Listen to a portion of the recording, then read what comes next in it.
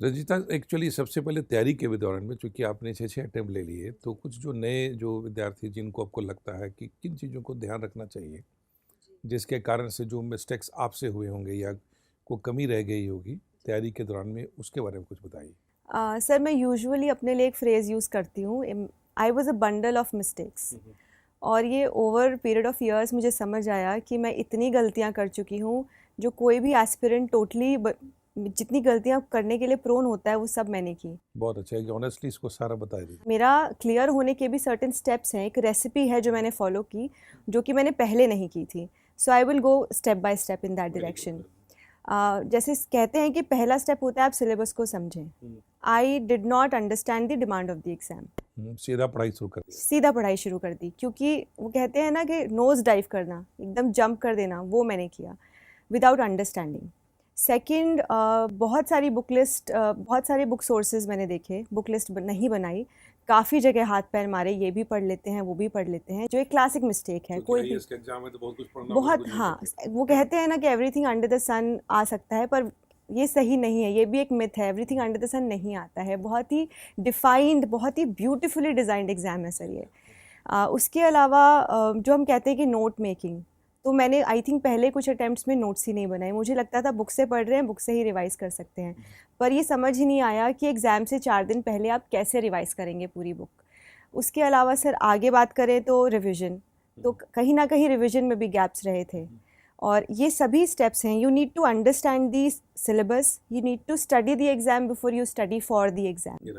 जी, और उसके अलावा you need to deconstruct the syllabus, जो कि मैंने नहीं किया था। Then you have to make your own notes, बहुत ही प्रिसाइज नोट्स बनाने की ज़रूरत है, उनको रिवाइज़ करने की ज़रूरत है, और जो पास्ट पेपर्स हैं या मॉक्स हैं उनको देने की ज़रूरत है। मुझे इतना डर लगता था मॉक्स देने से, मुझे लगता था मेरे नंबर कम आएंगे और मेरा जो ये कॉन्फिडेंस ये डिप हो जाएगा। मैं वो रिस्क ही नहीं लेना चाहती थी, और मैं प्रिपेयर्ड ही नहीं थी कि मैं एग्ज़ाम हॉल में जाऊँ और एग्ज़ाम दूँ। तो आप जब इतना अंडर प्रिपेयर्ड हैं तो आप कैसे सोच सकते हैं कि आपका एग्ज़ाम क्वालिफाई हो जाएगा। और ये मिस्टेक्स डेफिनेटली लोग करते हैं, उन्हें लगता है कि शायद डेस्टिनी है, ये डेस्टिनी नहीं है, आप तैयारी ही नहीं कर रहे हैं ठीक से।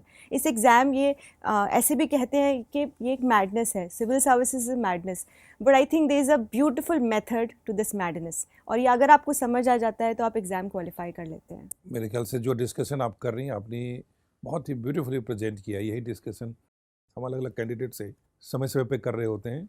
आपने बहुत ही इसको स्ट्रक्चर्ड कर दिया कि जो मिस्टेक्स को, कि जो सबसे पहला मिस्टेक जो कैंडिडेट का होता है कि टू जंप विदाउट नोइंग कि करने क्या जा रहे हैं।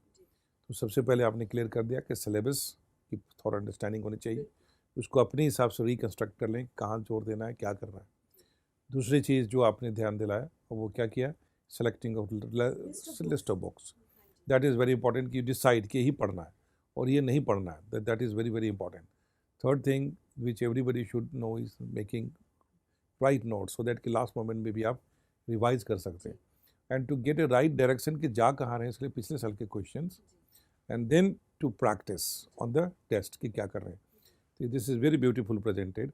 तो आपने ये सारी चीज़ें मेरे ख्याल से लास्ट अटेम्प्ट तक आते थे आपने सारे करेक्ट कर लिए। मैंने करेक्ट की, और मैंने इंश्योर किया कि इस बार कोई भी गड़बड़ नहीं करनी है। ये सारी चीज़ें, ये जो मेथड है, ये मुझे जब भी समझ में आया मैंने इस पे काम किया, और आई थिंक यही रीज़न है। ऑफ कोर्स पेरेंट्स का सपोर्ट, भगवान की असीम कृपा, वो सब ज़रूरी है, लेकिन उसके अलावा आपको एक अमाउंट ऑफ हार्ड वर्क करने की बहुत ज़रूरत है, कंसिस्टेंसी ज़रूरी, आपको डिसिप्लिन बहुत ज़रूरी है इसमें। आपको इंश्योर करना है कि आप सेम टाइम पे रोज़ पढ़ रहे हैं, एग्ज़ाम जब होना है उसी टाइम पर आप मॉक दे रहे हैं, ताकि आपकी खुद की रिदम एक सेट हो जाए।